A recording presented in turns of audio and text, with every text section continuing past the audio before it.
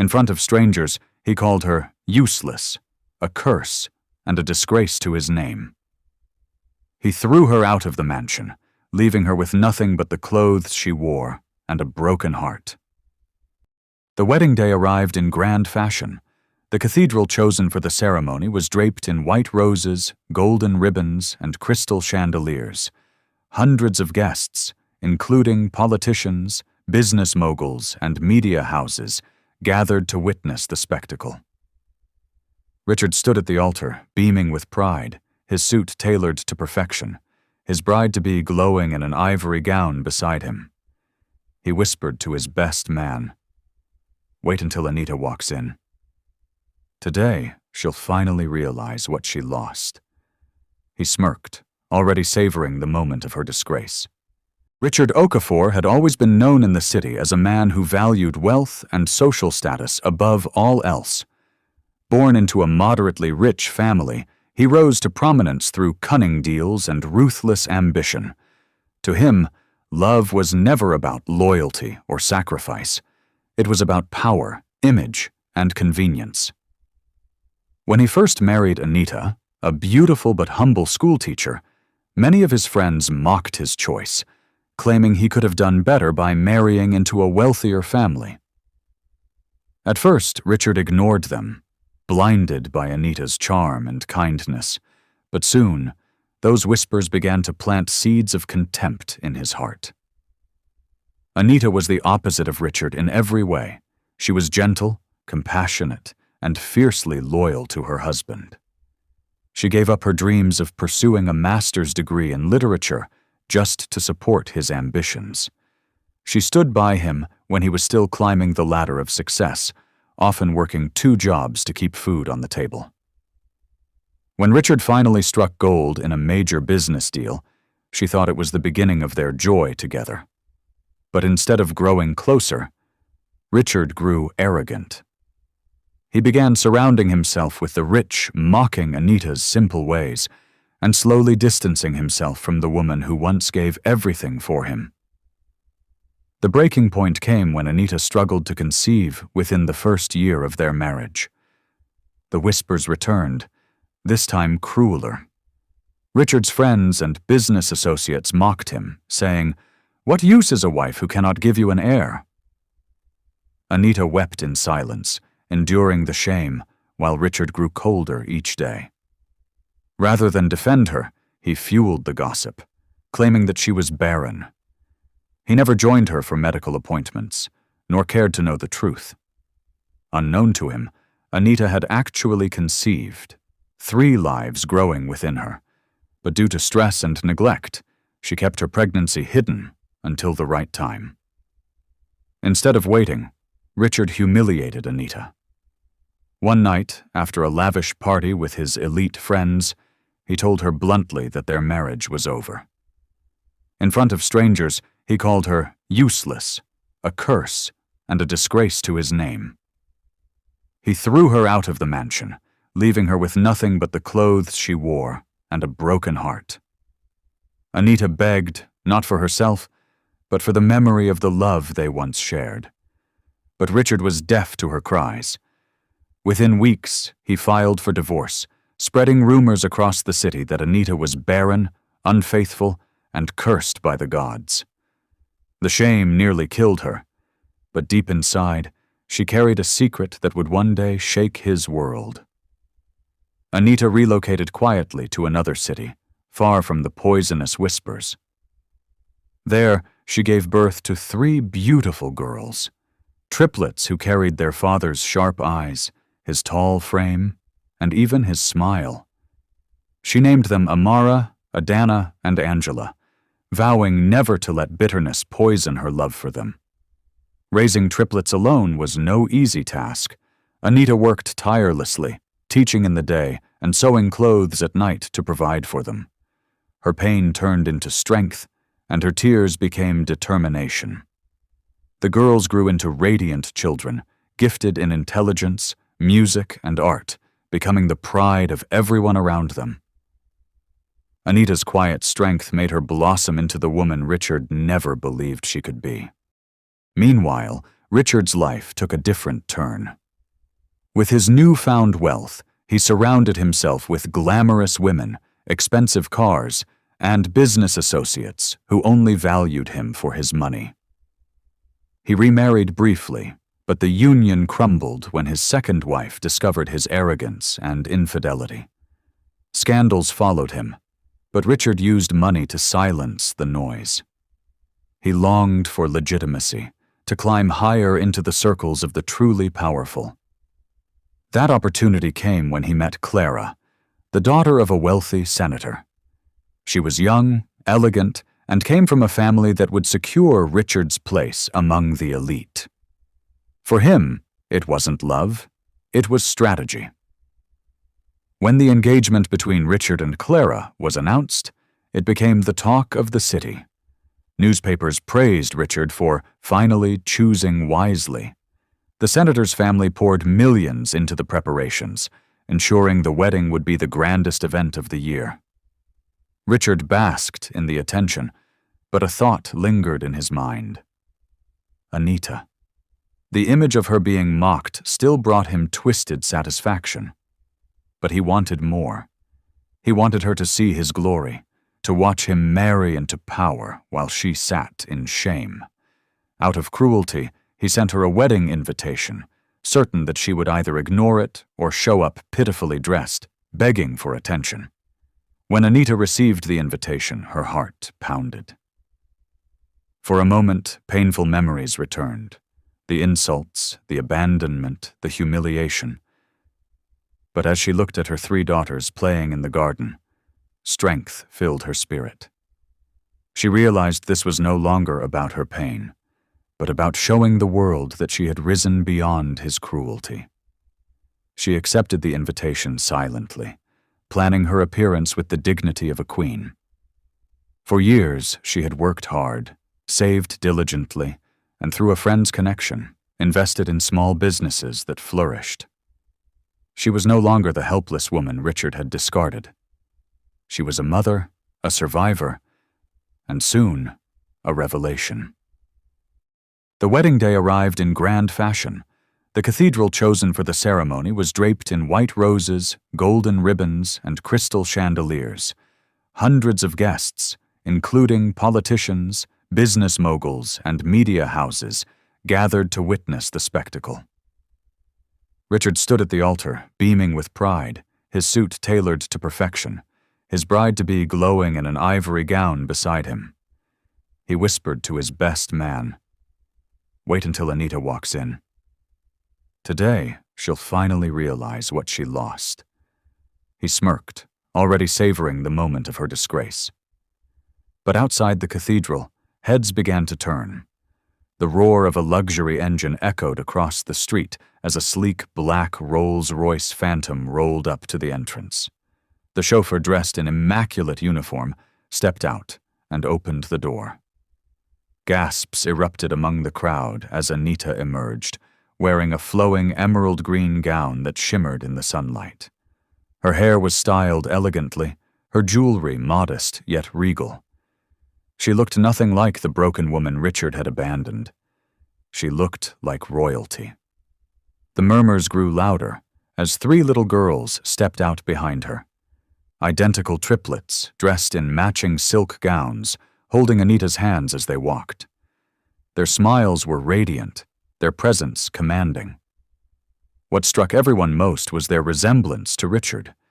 His eyes, his nose, his very posture reflected in them. Whispers shot across the cathedral. Are those Richard's children? Could it be? The photographers, sensing a scandal, immediately turned their cameras toward the stunning arrival. Inside, Richard's confident smirk vanished the moment he saw them. His hands trembled slightly, his eyes wide with disbelief.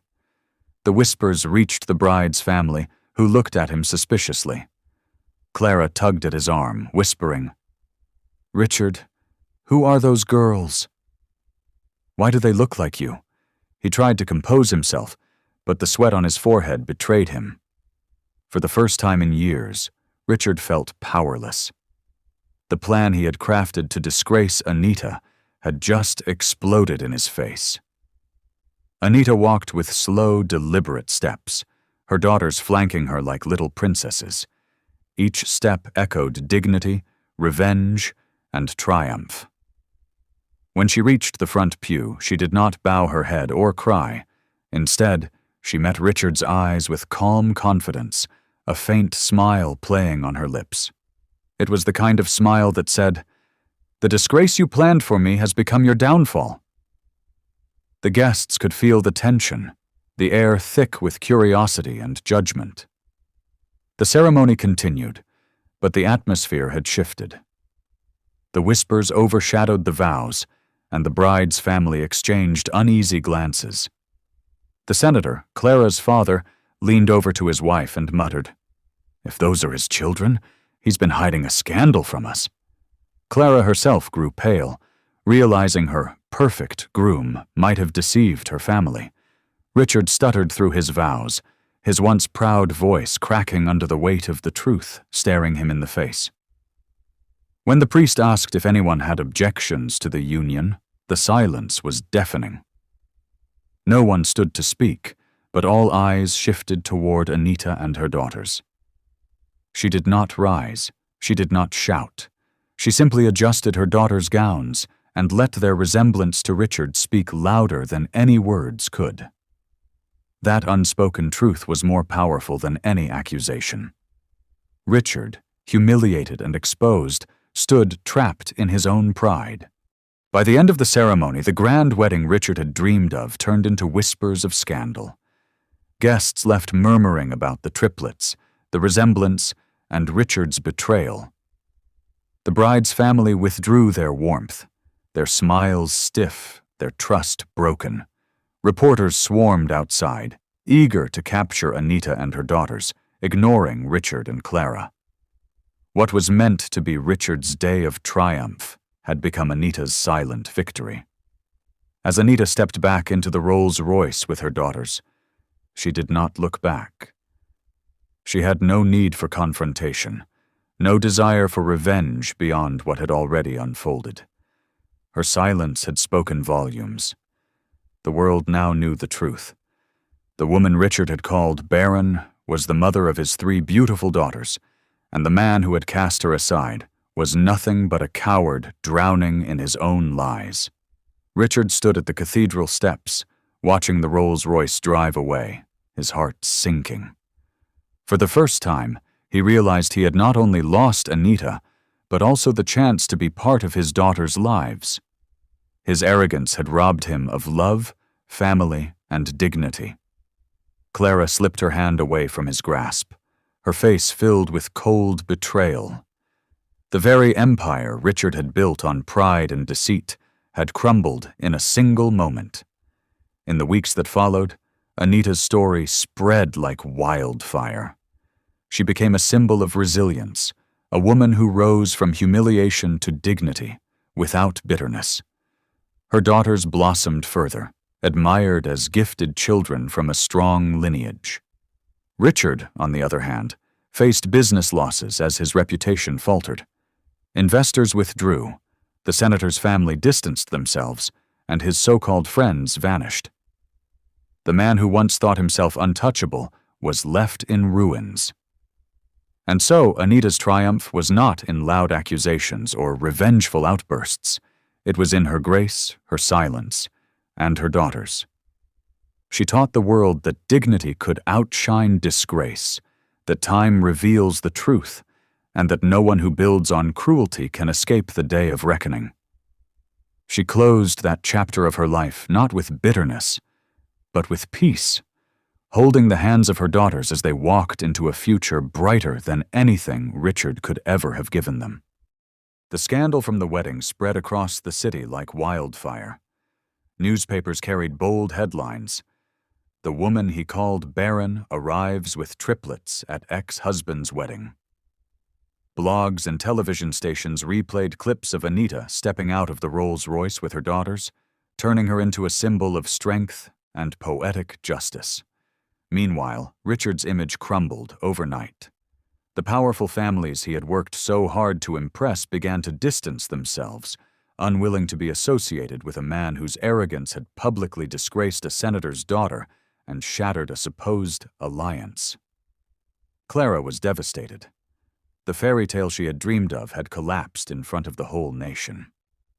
She locked herself in her room for days, refusing to see Richard. When she finally confronted him, her words cut like knives. "You called me your future, but you dragged me into your past scandals.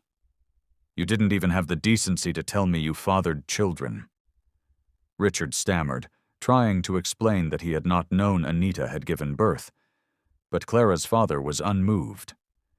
To him, Richard had humiliated his family, and the engagement was dissolved before the ink on the marriage register had even dried. Anita, however, did not celebrate Richard's downfall openly. She continued her life quietly, focusing on her daughters. The triplets were her greatest joy, and she made sure they grew up knowing their worth, never defined by their father's rejection.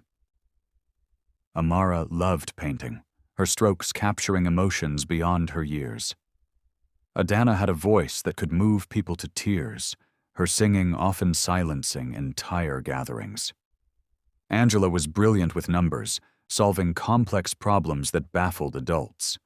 Together they carried not just their mother's resilience, but also the undeniable traits of their father's sharp mind and charisma. Richard, on the other hand, spiraled. Business partners withdrew from his projects, branding him reckless and unstable.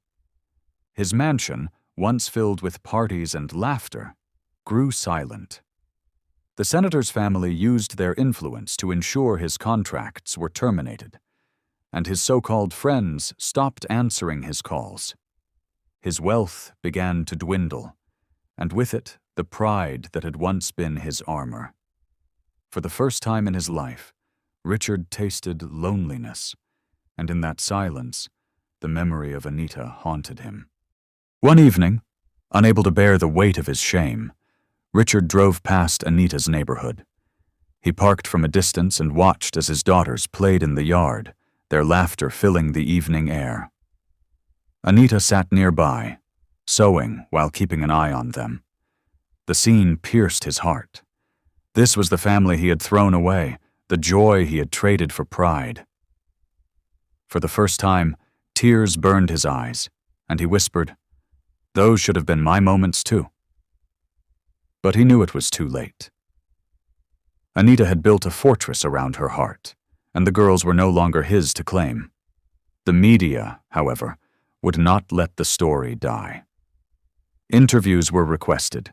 Journalists camped outside Anita's home, eager to hear her side. But she refused to speak ill of Richard. When asked why she never revealed the triplets earlier, she simply said, "God's timing is perfect. My children are not a tool for revenge. They are my blessing." Her grace only elevated her in the public eye, while Richard's silence made him appear guiltier. For every headline that praised Anita, Richard sank deeper into despair, knowing that dignity had favored her and abandoned him. Clara eventually moved on, but not without leaving Richard with words he would never forget. "You didn't just lose me, Richard. You lost everything that mattered because you could never value the treasure in your hands until it was gone." Those words replayed in his head at night, echoing louder than his own regrets. He realized that while he had sought power and status, he had let go of the one person who truly loved him unconditionally. Years passed, and the triplets grew into young women, each carving their own path. Amara's paintings began selling in prestigious galleries. Adana won a national singing competition, and Angela earned a scholarship to study finance abroad. Their success was a reflection of Anita's sacrifices, but also a subtle reminder of Richard's bloodline: talented, brilliant, and unshakable. Invitations to elite events began pouring in for the triplets, but this time, Anita accompanied them with her head held high, not as a disgraced ex-wife, but as a proud mother who had defied the odds. Richard tried, on several occasions, to approach them. He sent letters, left gifts, and even showed up at Amara's first gallery exhibition. But the triplets, though polite, kept their distance. Anita had taught them forgiveness, but she also taught them boundaries. They acknowledged him as their father, but they made it clear that he had no place in the life he once rejected. That rejection cut Richard deeper than any business loss. For all his power and money, he could not buy back time, nor undo the cruelty of the past. The city never forgot the wedding scandal.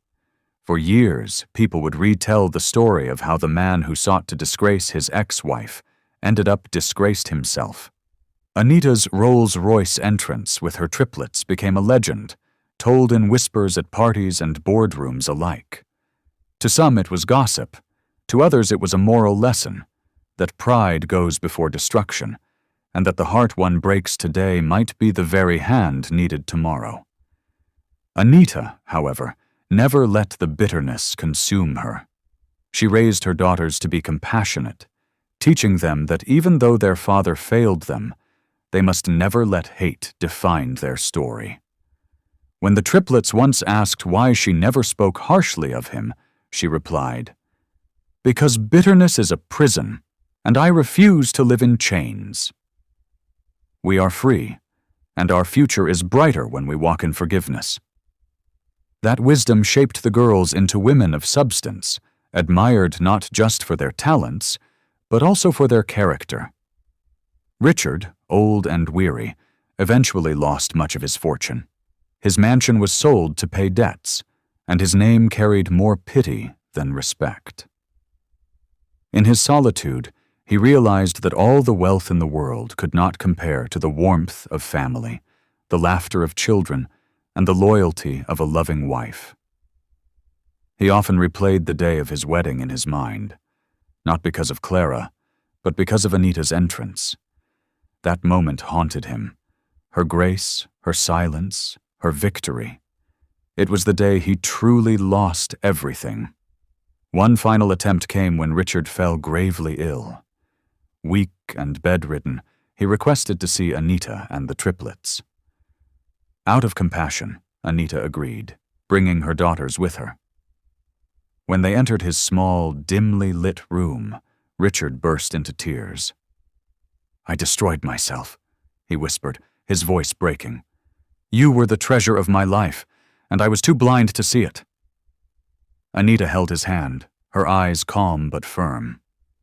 "You chose your path, Richard. I chose mine. And though our roads parted, I pray you find peace before the end." The triplets stood silently, their presence both comforting and painful to Richard.